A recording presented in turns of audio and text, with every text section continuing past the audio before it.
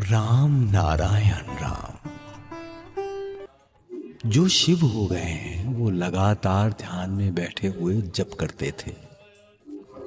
कितने ही लांछन, गंजनाएं, अपमान, पर किसी भी बात से अपने ध्यान से भटके नहीं। एक ही तरह दिन रात गुजारते रहे। ये जो दिखता है, यहां तक पहुंचने में समय लगेगा, क्योंकि ये एक कठिन अवस्था है। घर में कहीं सुविधा ना होती देख कहां जाए, ये तय नहीं कर पाने पर आखिर में शमशान में आकर बैठ गए। पर वहां भी शांति नहीं थी। देह तो मानता ही नहीं, पेट की आग को कैसे शांत किया जाए। शमशान में जो मिलता है वही खाकर दिन गुजारते। उस पर से कड़कड़ाती ठंड, लंगोट पहनकर ही सब कुछ बर्दाश्त किया। एक दिन एक मृतक की साड़ी बगल में दबा ली। याद आया कि पत्नी को देना है। उन्हें पागल नहीं तो और क्या कहोगे।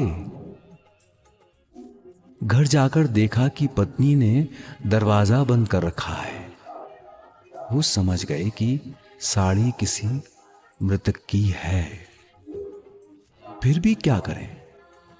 शिव को संतुष्ट करने के लिए साड़ी पहन ली। उसके बाद खाना देने को कहा। घर में कुछ नहीं था, इसलिए वो भिक्षा मांगने निकल पड़े। उसके घर से जाते ही पत्नी ने घर का खाना निकालकर फेंक दिया। मृतक का कपड़ा पहनकर आए थे, इसलिए खाना अशुद्ध हो गया। वही भोजन लाकर शिव को खिला दिया। शिव तो संतुष्ट। वाह, कितना स्वादिष्ट खाना है। गंभीरता में चले गए थे, इसीलिए ऐसी हालत हो गई थी।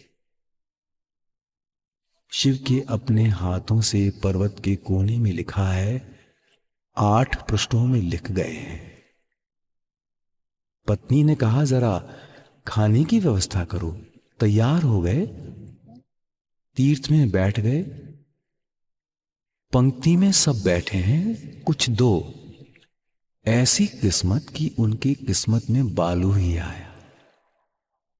आखिर में कुछ ना रहने पर उन्हें बालू दे दिया गया था। वही लाकर पत्नी को दिया और नहाने चले गए। ऐसी हालत में भी दुख नहीं किया।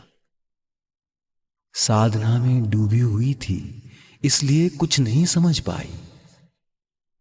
साधारण जप करते करते गहराई में डूब जाते हैं। इस संसार को शमशान कहते हैं। जो बात कह रहे हो कि हम हैं, पर सच मानो तो हम में से कोई भी यहां नहीं है। हम हैं ये भूल जाओ। हम हैं ये केवल बोध है। हम मंत्र का जप करते करते नहीं की स्थिति में चले जा रहे हैं।